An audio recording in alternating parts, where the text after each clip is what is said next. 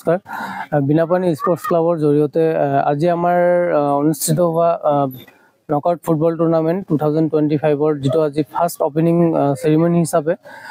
আজি আমাৰ আৰনাম ক্লাব আৰু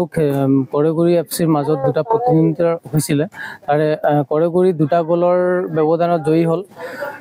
উক্ত খেলটো আজি 25 আগষ্ট 2025 পৰা ষ্টাৰ্ট হয় এটো আগন্তুক 1 month কন্টিনিউ চলিব বুলি আমাৰ এটা প্ল্যানিং চলি আছে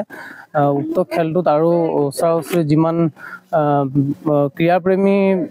আছে তেওঁলোকে আহি অংশগ্ৰহণ কৰিব পাৰে খেলটো সকলো ৰাইজৰ এটোৱে মানে এটা মেছেজ দিব বিচাৰিছো যে খেলৰ কাৰণে সকলো ল'ৰা-ছোৱালীক অলপ আগুৱাই দিব লাগে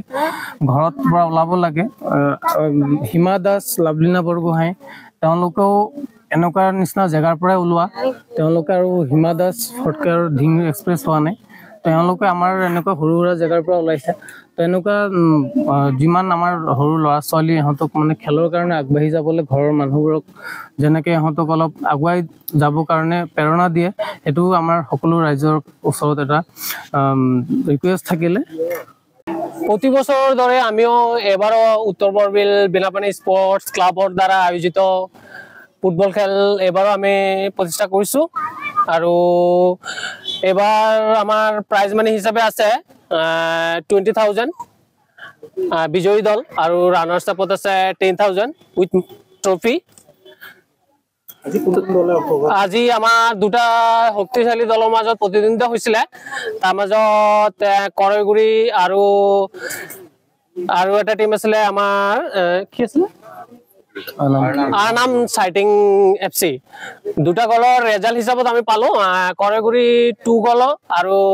আৰনাম সাইটিং এফসি 0 গল আজি আৰম্ভ হল খেল আজি আমাৰ 25/08 2025 ত আজি খেলটো ওপেনিং মেচ আছিল